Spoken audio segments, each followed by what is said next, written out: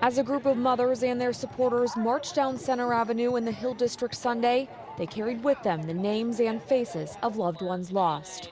Speak up, because you just don't kill that person. You kill a whole family.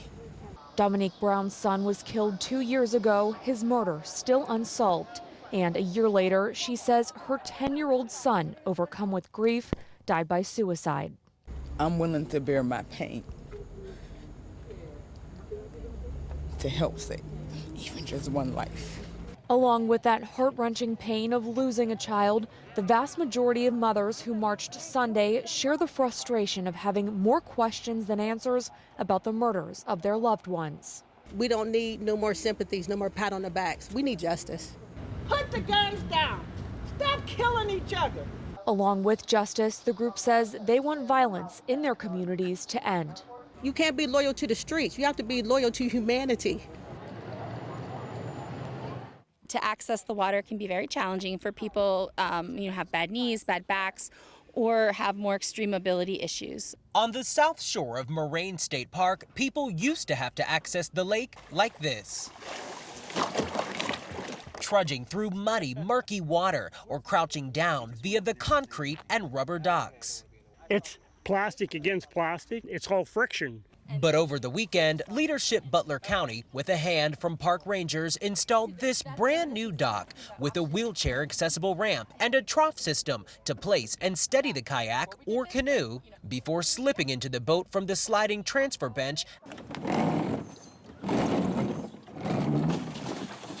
and pulling yourself into the water using the sidebars and rollers. I think every state park and every local waterway should have one because it brings so much opportunity to people. Carrie Ferguson from Leadership Butler County tells KDKA the group hopes this ADA-compliant dock gives people with disabilities a launching pad to participate in the pastime. One lady wrote, I have 3 bulging discs and I haven't even got on the water yet, but I can finally maybe get a chance to do that this summer because of this dock. The dock and paving around it cost about $30,000 in fundraising dollars. Future upgrades could include a section where wheelchairs can be locked up. And for your average rider like Rich Graham, And you don't have to get your feet wet. no more soggy shoes. I'm Royce Jones, KDKA News. It's nonstop. Every 15 minutes. Someone showing up at the counter of Hilltop Pharmacy asking for the vaccine. We are a 3 to 4 man show and never ever expected anything like this. The frustration and desperation from the public is evident to pharmacist Alex Lavella. People are willing to go above and beyond, whether it's driving from Erie, driving from Ohio, driving, 3 or 4 hours to come get vaccinated. And right now I have nothing to give them. With minimal supply available, people are turning to the internet. There's started to become a bit of a black market, whether it's just for the empty vials or for potential for a last dose or anything that's in them. To attempt to eliminate the scams, the Healthcare Distribution Alliance is asking providers to break the vaccine bottles when empty. It sort of eliminates the black market for it, or the chance that someone does something illicit like refill it and try to sell it for a profit and hurt somebody else. Plus, Lavella says if an actual dose of the vaccine was being sold online, it wouldn't be any good. Once they're out of the freezer, you have a very short time frame to use them, especially once they're drawn or the vial's punctured. If you're going to buy a punctured vial, I would have to be from me to you to buy it. It would have to be very, very close. So not over the internet, not shipping it, not mailing it. By a vote of 23-2, the PA House State Government Committee brought daylight saving time one step closer to being permanent. A lot of people think that it's an obsolete concept. State Representative Matthew Dowling says his constituents feel the idea of spring forward and fall back is disruptive and no longer needed. I found that universally, most people, regardless of party, are in favor. But one of the 2 no votes, Representative Eric Nelson, says this is not Pennsylvania's decision to make. He says the federal government should handle this. There's enough confusion from government as it is. We shouldn't be making decisions about things that we don't warrant that authority. Ultimately, if the bill does pass, Congress would have to approve the change. So what would permanent daylight saving mean for businesses? Doreen Saletti at Point Park University says it could help the retail and entertainment sector. that perception that the day continues and that there is more time to do some of the things that they either feel like they need to do or they simply want to do.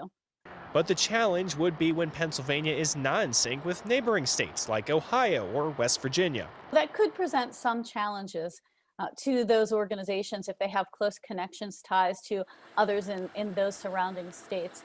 But it's something that certainly isn't insurmountable. It's exciting to get that extra hour of daylight. It's also important to have that extra hour in the morning.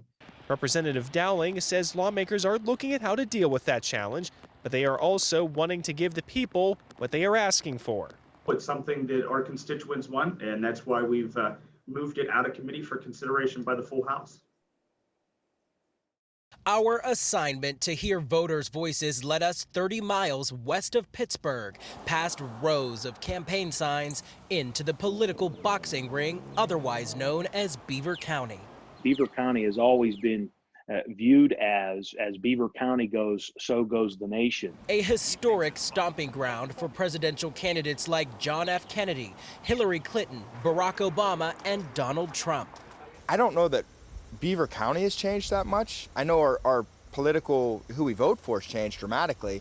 Beaver County has a wavering political past, previously Democratic, recently Republican, a blue-collar county where hard work reigns constantly.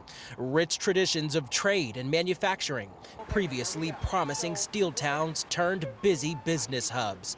This is where we find undecided John Ecker, who is willing to cross party lines to keep the economy alive.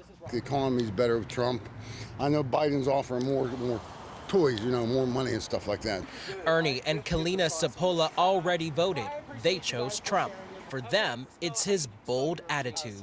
He's given us more freedoms almost to speak and be exactly who we are versus in the past. Exactly what Lisa Booker hopes to escape voting for Biden. If those things are in his heart, how can a man represent the country for all people? While voters like Dorothy Hoover remain undecided. Give me answers on issues, on all the issues going on today, not screaming at each other. In a politically divided America, just take it from John Ecker. We're going to be okay. We always recover. We're the greatest country in the world. Royce Jones, KDKA News.